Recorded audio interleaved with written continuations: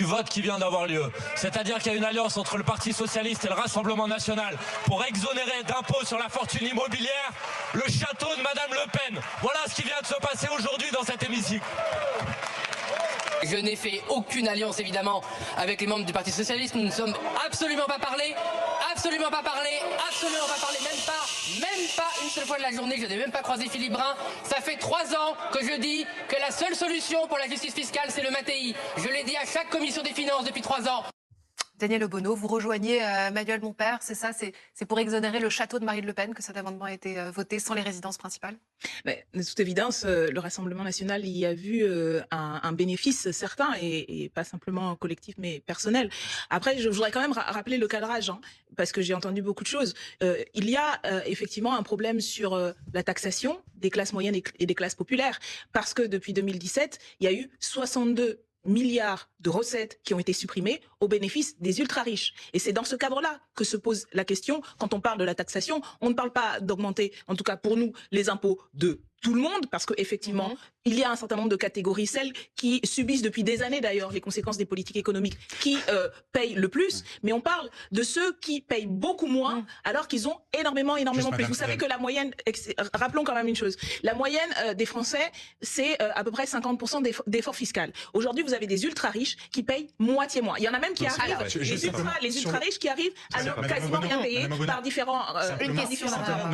Simplement notifier une erreur factuelle de votre collègue Manuel Bompard, qui s'est d'ailleurs repris sur les réseaux sociaux. Le château de Montroutou, propriété des Le Pen, n'est pas exonéré. Il faut être juste précis dans ce qu'on dit. Il n'est pas exonéré. C'est un château d'une valeur de 10 millions d'euros qui est détenu par une LCI, propriété notamment de Jeannie Le Pen, l'ex-femme de Jean-Marie Le Pen. Donc, il n'est pas exonéré. Simplement, il est vrai de dire qu'avec l'amendement Mattei-Brun, puisqu'il est convenu d'appeler cet amendement Modem PS, il y aura une charge fiscale inférieure par rapport à ce que paie aujourd'hui la famille Le Pen, inférieure de 20 000 euros. Il ne sera pas exonéré, ils paieront chaque année 40 000 euros d'impôts pour ce bien. Une fois le cadrage étant mis pour éviter justement beaucoup de caricatures qui sont faites sur ce débat sur les recettes, on parle donc bien de trouver des marges de manœuvre financières pour pouvoir financer le fonctionnement de notre pays.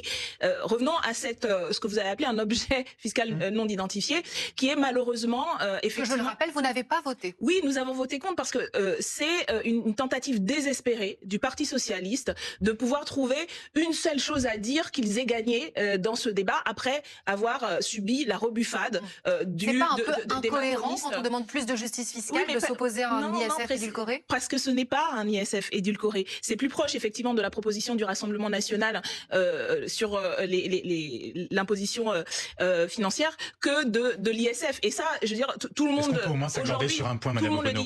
La pression fiscale, simplement le taux de prélèvement obligatoire sera, sans l'amendement en question dont nous débattons, sera de 45,1%. C'est plus qu'en 2013. En 2013, à l'époque où Moscovici nous parlait de ras-le-bol fiscal. Si je peux expliquer d'abord ce qui s'est passé et pourquoi est-ce que nous n'avons pas voté sur cette chose, c'est parce que c'est un bricolage. Le collègue Brun a fait au cours du débat des amendements sans se rendre compte de la portée de ces amendements, parce qu'en fait aujourd'hui personne n'est en mesure de dire d'abord est-ce que il y a eu une confusion effectivement parce que l'exposé des motifs parlait d'abattement et puis ensuite dans le détail il était question d'exonération, ce qui n'est pas du tout la même chose comme procédure. Et au final la plupart des spécialistes qui essaient de comprendre se rendent compte que ça va avoir un faible effet en termes de recettes, voire quasiment nul, et puis ça va bénéficier, ça va continuer à bénéficier y compris à ceux qui bénéficieront de l'abattement et qui pourront faire en sorte d'échapper, parce que d'échapper, il faut quand même vendre tous ces biens. D'échapper, il faut quand même vendre à peu près tout. Non, il n'y a pas besoin de vendre tous ces biens, je vous assure, parce que la très très grande majorité de la fortune des ultra-riches, elle est dans les actifs des actions. Et les actions ne sont pas concernées. Ils se retrouvent à avoir un abattement. Les assurances vie en général, c'est quand même pas mal des actions. Non, c'est une bonne chose. Excusez-moi, ce n'est absolument pas le même type d'actifs financiers. Merci. Alors, on va faire circuler la parole. J'ai juste une question, parce que c'est intéressant ce que vous dites. On voit bien qu'il y a une succession en fait de décisions qui ont été prises depuis le non-vote de la taxe Zuckman. Ensuite, on a vu aussi la taxation des holdings qui est revue à la baisse. Parlons parce qu'il y a notamment exonération pour pour les entreprises en dessous de 10 millions, pour les holdings en dessous de 10 millions. C'est un système complexe, les holdings, on va pas l'expliquer ici, mais on voit bien aussi qu'il faut avoir une forme de recul sur tout ce qui est en train d'être voté au Parlement, plutôt que de prendre chaque décision individuelle. Donc ma question, c'est est-ce que vous n'avez pas d'autre solution aujourd'hui que d'appeler à la censure finalement du gouvernement, parce que de toute façon, le budget, on voit bien qu'il va pas passer, à moins que le PS décide miraculeusement à vous rejoindre et à dénoncer justement toutes ces compromissions. Est-ce que vous, aujourd'hui, la seule position possible pour LFI, c'est de dire nous voulons censurer ce gouvernement, ce que vous faites déjà depuis le début en réalité du Parlement? Nous sommes cohérents. Nous sommes face à un budget qui va à nouveau s'attaquer aux classes moyennes et aux classes populaires qui subissent depuis 8 ans la politique de malheur de Daniel Obono. Hier, Mathilde Panot, justement, disait qu'elle allait déposer une motion de censure. Est-ce que votre parti, le Rassemblement national, va voter la motion de censure de la France Insoumise? Tout ce qu'on pourra mettre en place justement pour censurer ce gouvernement et qu'on retourne aux urnes, parce qu'Emmanuel Macron a dit que s'il y avait une censure, on retournerait aux urnes.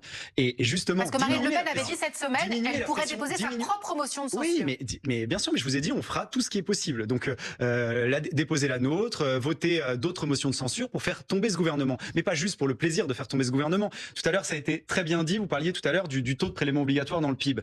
Et il faut se rendre compte qu'aujourd'hui, justement, à près de 46%, on est le pays de l'OCDE qui a le taux de prélèvement obligatoire le plus important dans le PIB. Et on a le taux de dépenses publiques. Non, je vous ai dit que c'était pour compenser et je dis qu'on ne votera pas.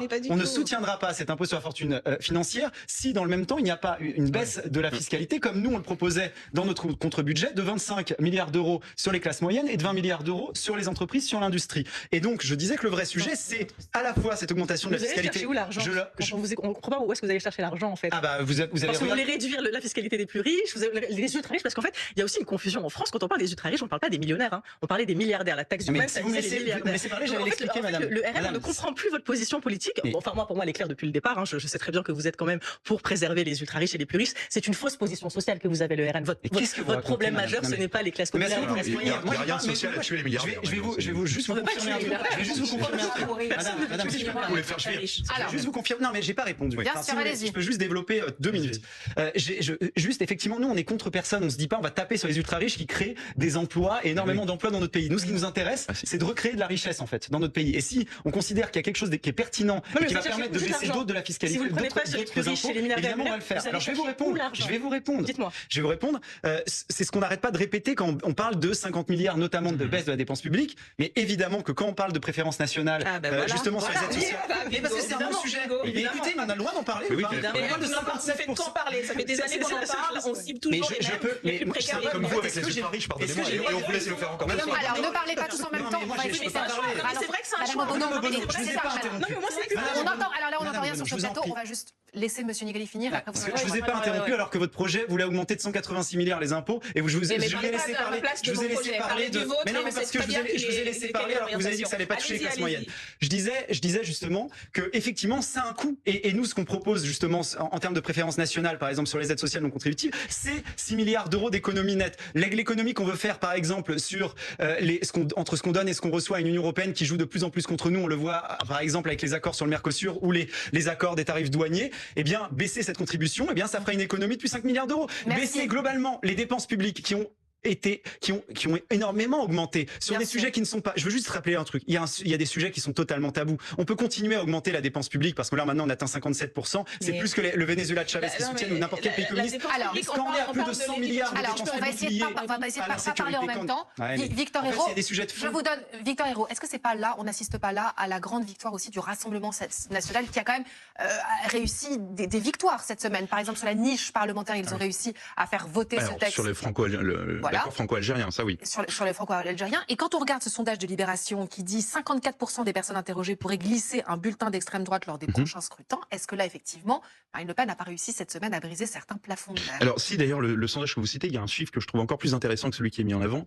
C'est parmi tous les Français qui n'ont jamais voté le Rassemblement national jusqu'ici, un tiers serait prêt à le faire aujourd'hui. Vous vous rendez compte, un tiers de ceux qui n'ont jamais voté pour le Rassemblement national se disent peut-être, pourquoi pas. Ça, c'est le réel progrès du côté du Rassemblement national. Simplement, sur les questions de fiscalité et du vote de cet impôt sur la fortune improductive hier, le Rassemblement national risque de perdre, ou en tous les cas de ne pas gagner, les électeurs, les Républicains, qui pourraient être tentés, avec la débâcle des dernières semaines des Républicains, de voter Rassemblement national, notamment grâce au discours de Jordan Bardella, qui est un peu plus libéral que celui de Marine Le Pen.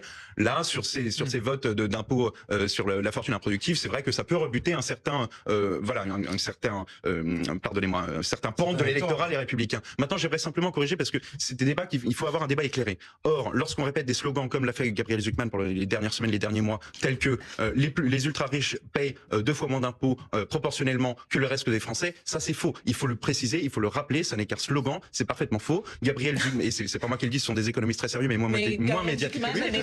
J'explique simplement très sérieux et toutes les Gabriel Zucman est un économiste sérieux, comme d'autres économistes qui disent que ce qu'il dit. Et tous les prix Nobel d'économie pour nos téléspectateurs. Je vais expliquer Philippe Avion qui vient de recevoir le prix Nobel d'économie. Pardonnez-moi.